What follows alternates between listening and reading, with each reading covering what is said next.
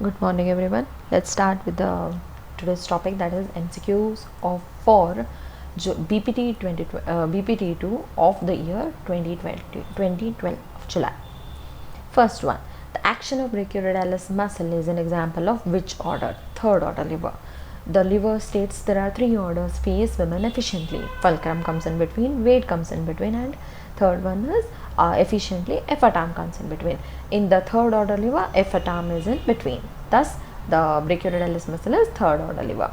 Within elastic limit, stress is directly proportional to strain. This is given by definitely Hooke's law. The number of muscle fibers supplied by a single motor neuron is single motor unit. Thus, motor neuron is motor unit. Muscle contraction, where there is no change in the muscle length, is known as isometric. It is not isotonic. Isotonic and isokinetic are totally different.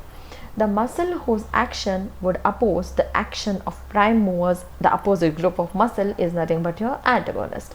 The instrument which measures the strength of the muscle is dynamometer. Goniometer is range of motion. Barometer is weight. The possible amount of shortening of a muscle from its maximal extended length during contraction is 75%.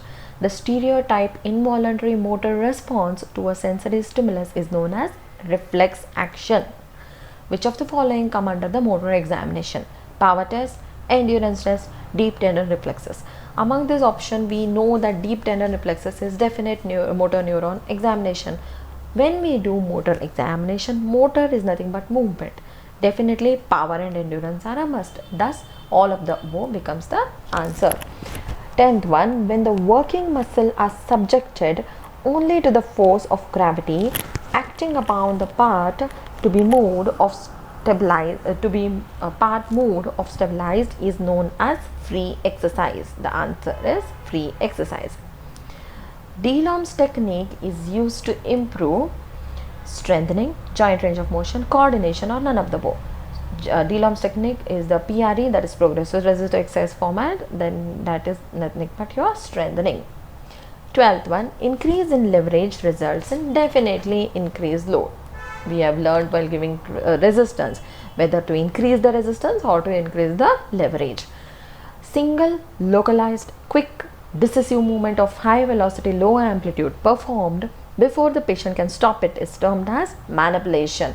There are 5 grades of mitral mobilization: SARO, LARO, LARO, SARO, and then high velocity low amplitude thrust. 14th one, deep transverse friction massage is a technique of definitely Cyriax. Cyriax is nothing but soft tissue mobilization technique. The direction of massage usually is in distal to proximal direction. That's for relaxation. That is either when it's given in roots it is different, when it's given for relaxation the techniques are different. In the direction of massage generally is used in distal to proximal direction.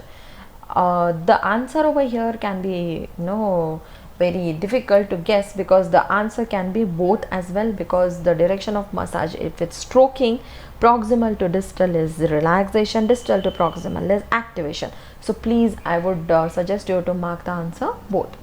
Excitation inhibition is a method of relaxation which follows the reciprocal inhibition method. It's a type of MET wherein the resistance is given for biceps brachii to inhibit the triceps brachii muscle. Thus, activity of biceps brachii is intended to inhibit the triceps brachii via the gamma motor neurons.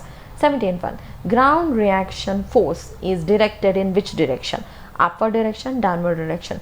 I will leave this answer. I will answer this in the next class so that you people find out the answer for this. Ground reaction force is in which direction? That is upward, downward, both, or none.